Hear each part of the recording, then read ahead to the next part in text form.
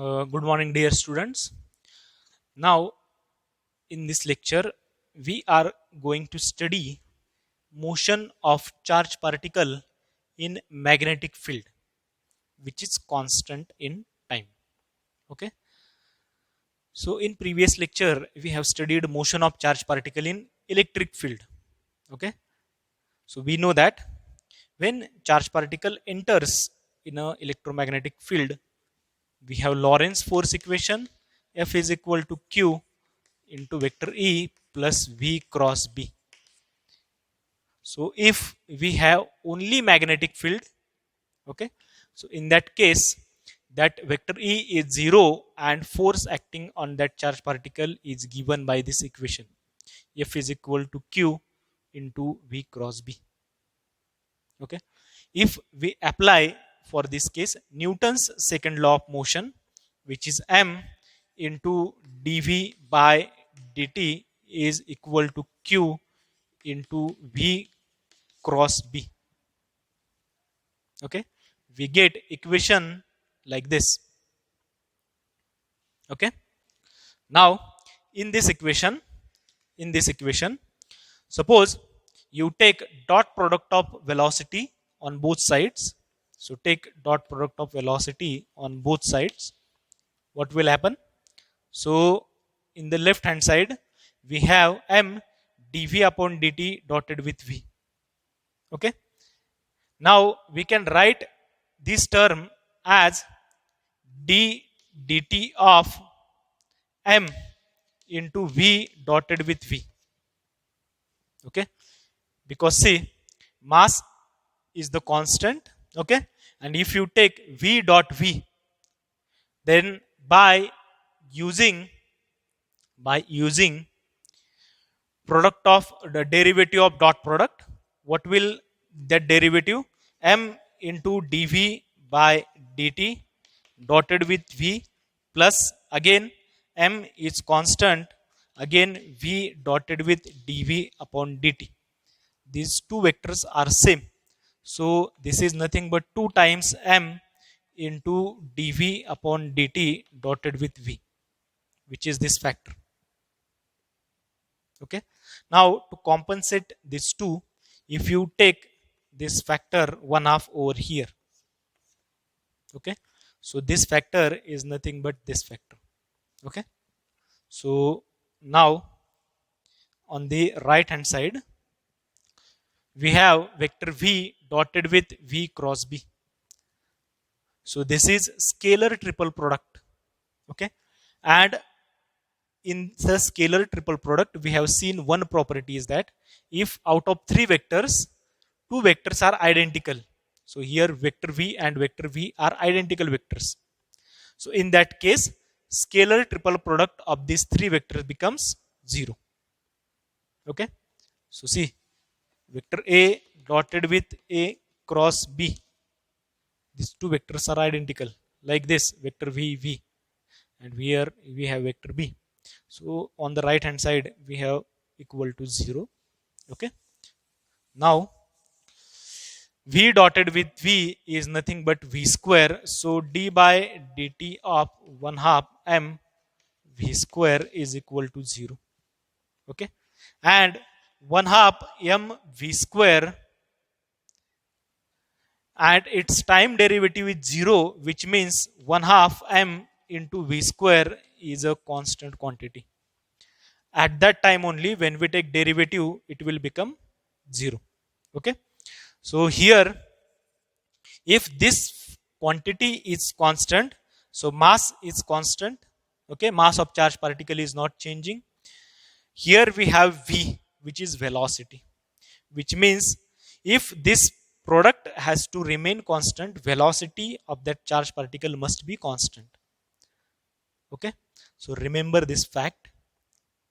When charge particle enters in a magnetic field, at that time the velocity of charge particle remains constant. It will not change. Okay. Now we are going to study actual motion.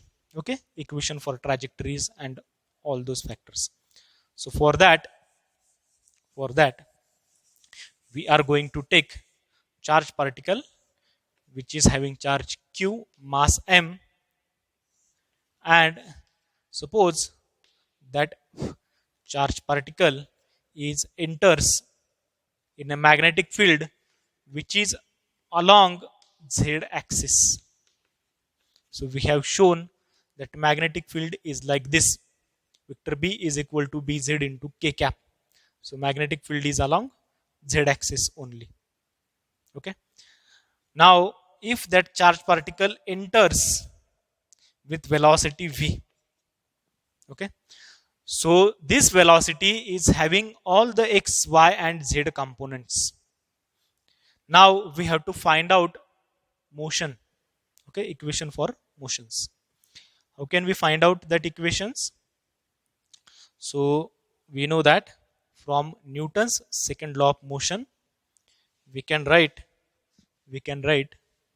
m into dv upon dt is equal to q into v cross b. Okay, so call this as equation 1. So here we have to find out first v cross b, cross product of velocity and b in this equation. Then we can put that in over here. Okay, so how can we find out that cross product? We know that vector v is vx I cap, vy j cap, and vz k cap, and vector b is bz k cap. Then v cross b is equal to determinant of I cap, j cap, k cap.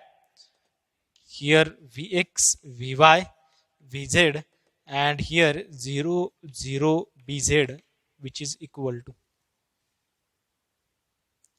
So I cap into, see, we have to solve this determinant. I cap into vy, bz, okay, minus, okay, I cap, how can we solve this determinant? Okay, I cap into vy bz minus vz into 0, which is 0. So here minus j cap into vx bz, okay, vx bz, again 0 into vz, which is 0. So vx bz and plus k cap into, if you multiply these two terms it will result into 0. So we have v cross b like this. Okay, so put that in equation 1. So what we will get, instead of q into v cross b in equation 1 we get q into I cap, sorry, q into vy bz, okay, multiply by I cap minus q multiply by vx bz into j cap. Okay, now next,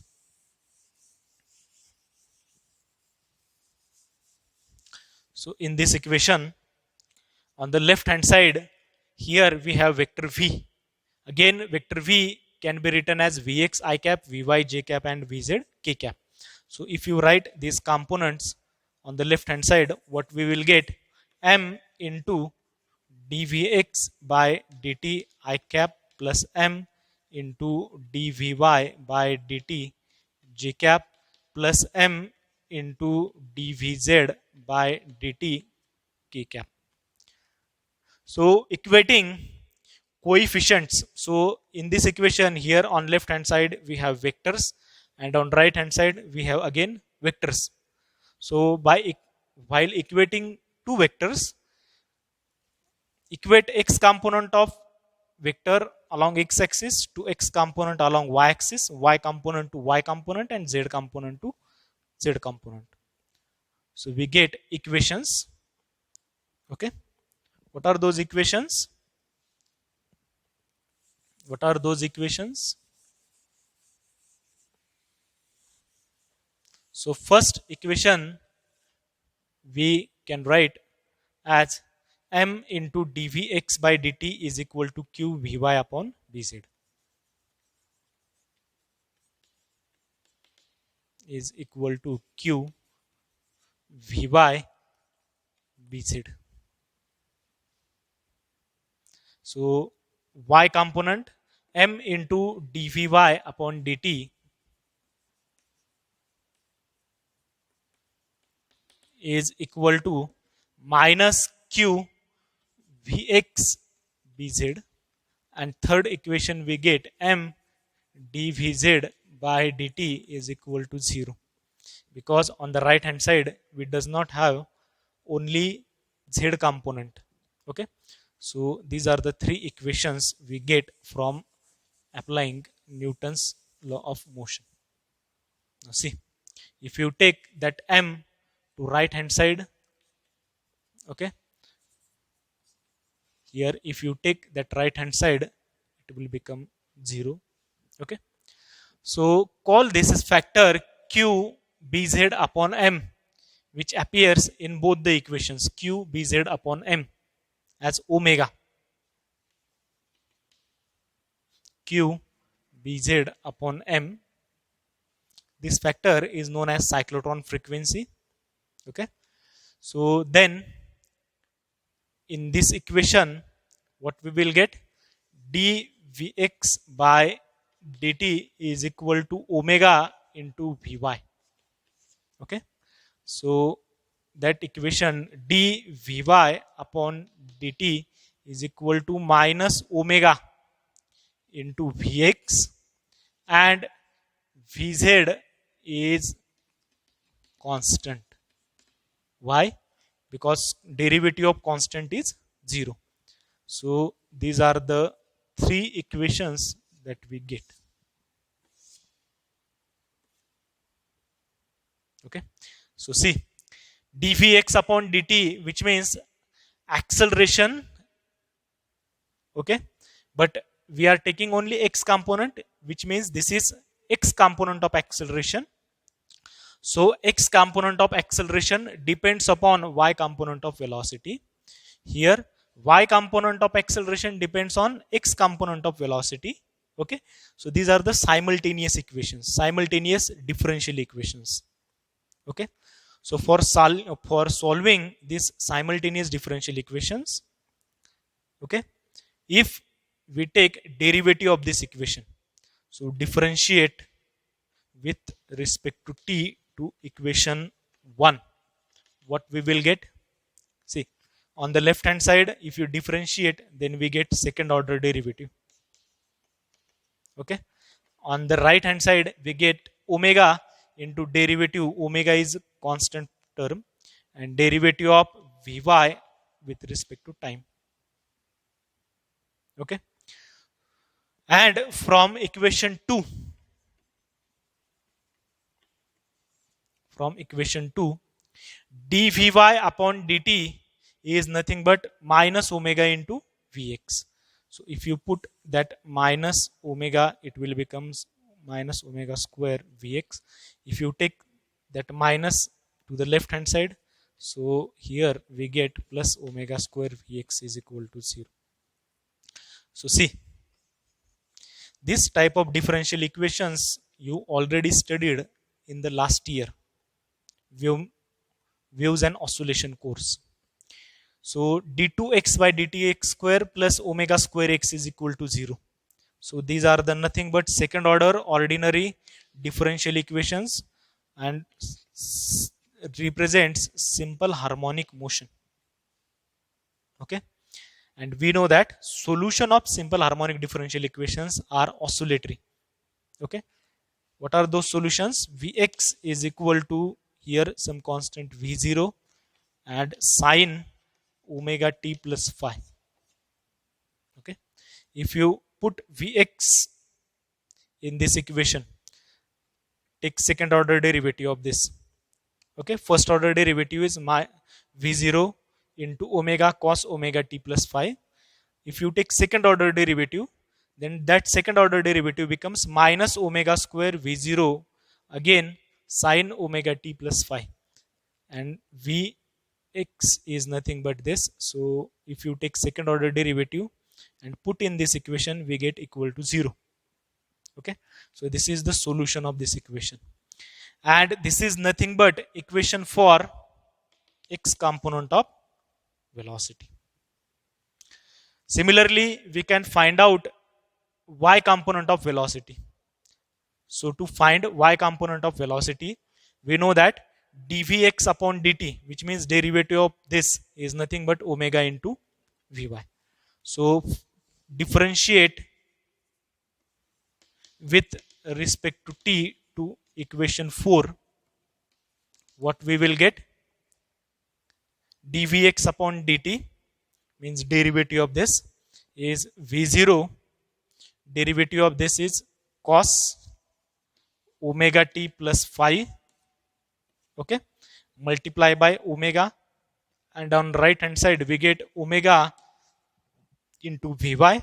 This omega will get cancelled, and vy is nothing but v0 cos omega t plus phi. So this is x component of velocity, this is y component of velocity. So call that as equation 5. What about z component? We already solved equation for a z component. Vz is equal to vz0, which is constant. Okay. So see, we know that velocity is constant, and we are getting equation in terms of t, sine omega t and cos omega t. If you take velocity, which is nothing but vx square plus vy square, okay, at time t. So at time t, if you take vx square, it will become v0 square sine square omega t plus phi, plus vy square, it will become v0 square cos square omega t plus phi. So if you take v0 common, then sine square cos square becomes 1. So we get v is equal to v0, which is constant. Okay. So from instantaneous x component of velocities in this equation, we can find instantaneous x, y and z positions. So we know that vx is nothing but dx upon dt.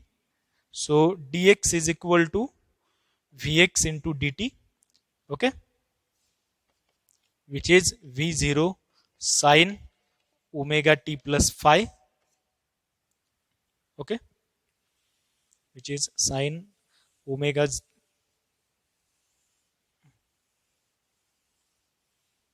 So again, linear homogeneous ordinary first order, separation of variables, dx is equal to, we can take dt on the right hand side, integrate this equation. So integration of dx is x is equal to v0, integration of sine is minus cos omega t plus phi, and divided by derivative of this is omega plus constant of integration c1. So to find c1 at t equal to 0, x is equal to x0, initial position. Okay. So then put in above equation, we get instead of c1 at t equal to 0, x is equal to x0, which means here we get x0, and equation for x, instantaneous x position, is x minus x0 is minus v0 upon omega cos omega t plus phi. Okay, so this is the instantaneous x position. Similarly, by using vy as dy upon dt, we can find out equation for y. So this is nothing but dy upon dt. Okay, so dy is equal to, here we can take dt, integrate this equation, integration of dy is y is equal to v0, integration of cos is sine omega t plus phi, okay, divided by omega, okay, and plus constant of integration c2, again at t is equal to 0, y is equal to y0, put in above equation. So we get c2 as y0. If you put at t equal to 0, y equal to y0, we get c2 is equal to y0. If you take that y0 over here, we get equation for instantaneous y position is like this. So this is equation number 7. Okay. Now instantaneous z position. Again, we know that Vz is dz upon dt. So that is Vz0. So dz is equal to this, integrating this equation, z is equal to Vz0 t plus constant of integration at t equal to 0, z is equal to z0, which means z minus z0 is equal to Vz0 t. So this is equation number 8.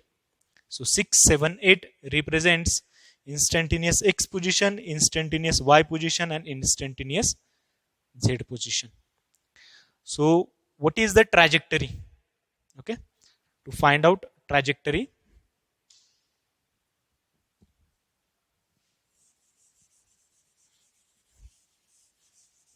I rough all this, just keep these equations.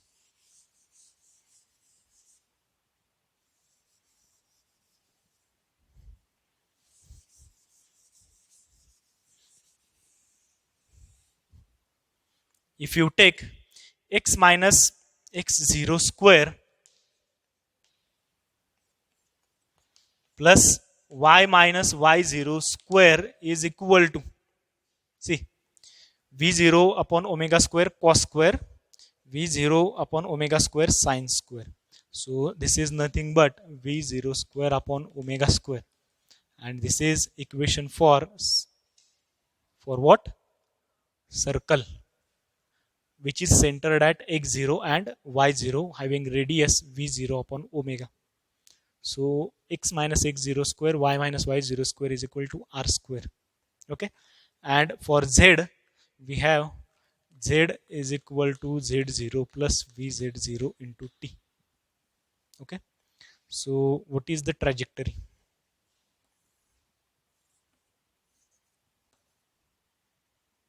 This is z axis, x axis, y axis. So that charge particle is moving. We know that z component is changing with respect to time. So z component is increasing, but along x and y axis it is circle. Okay, so that charge particle when enters in this field, it will go like this. So this shape is like spring. Okay, that's why that path is known as spiral. Okay, radius of this spiral path depends on v0 upon omega. Okay, v0 is velocity of that charge particle, which is constant, and omega is q bz upon m. Okay, omega is q bz upon m. Okay, here q is charge, bz is magnetic field intensity, m is mass of that charge particle. Okay, so depending on q, okay, we know that omega is angular frequency, cyclotron frequency, it which that charge particle is rotating. Okay, so depending on q, that charge particle may go clockwise or counterclockwise rotation. Okay, it can go like this or it can go like this. Okay, in this way the motion of that charge particle, direction of it depends on charge on that particle. Okay, so this is the very basic fact that our earth remains safe. How our earth remains safe? We know that from sun there are continuously charged particles are coming, ionizing charged particles. If those charged particles will enter in our earth's atmosphere, then all the gases are present in our earth atmosphere will get ionized. Okay, so that will be very dangerous to our ecosystem. So we know that our earth is having magnetic field. Okay, north and south. So when this charged particle enters, okay, in earth's atmosphere, in that case, due to this magnetic field, okay, that charged particle will revolve like this. Okay, they will not came in the atmosphere of earth. Okay, and they will pass, okay, bypass the earth. So in this way, due to magnetic field of earth, our earth's atmosphere is remain safe by sun's charged particles. Okay, so with this we stop our lecture on motion of charged particle in constant magnetic field. Okay, thank you.